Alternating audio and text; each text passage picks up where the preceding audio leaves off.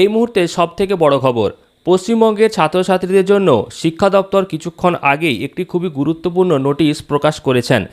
দ্বিতীয় পর্যায়ক্রমিক মূল্যায়ন অর্থাৎ সেকেন্ড সামেটিভ যে ইভ্যালুয়েশন সেটা কবে হবে এবং কোন কোন শ্রেণীর জন্য এই গুরুত্বপূর্ণ আপডেটটা, তো সেটা অবশ্যই আপনারা জানতে পারবেন। তো চলুন আপনাদেরকে দেখিয়ে দিই সেই নোটিশে কি বলা হয়েছে, কবে থেকে পরীক্ষা শুরু হবে, কবে শেষ হবে। তার আগে এই ভিডিওটিকে লাইক করুন, চ্যানেলটিকে সাবস্ক্রাইব করুন, আর ফেসবুক থেকে দেখলে অবশ্যই পেজটিকে ফলো করে নিন। আপনারা অনস্ক্রিনে দেখতেই পাচ্ছেন নোটিশটা প্রকাশ করা হয়েছে West Bengal board of primary education অর্থাৎ পশ্চিমবঙ্গ প্রাথমিক শিক্ষা পর্ষদের তরফ থেকে। নোটিশটা দেওয়া হয়েছে আজকেই অর্থাৎ 14ই জুলাই 2026-এ।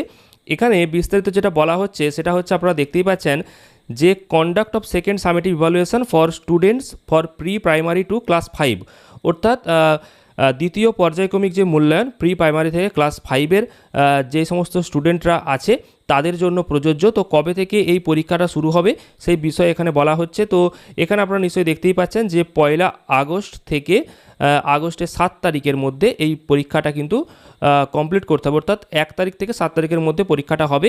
তবে এটা প্রি প্রাইমারি থেকে ক্লাস 5-এর যে স্টুডেন্ট আছে তাদের জন্য প্রযোজ্য।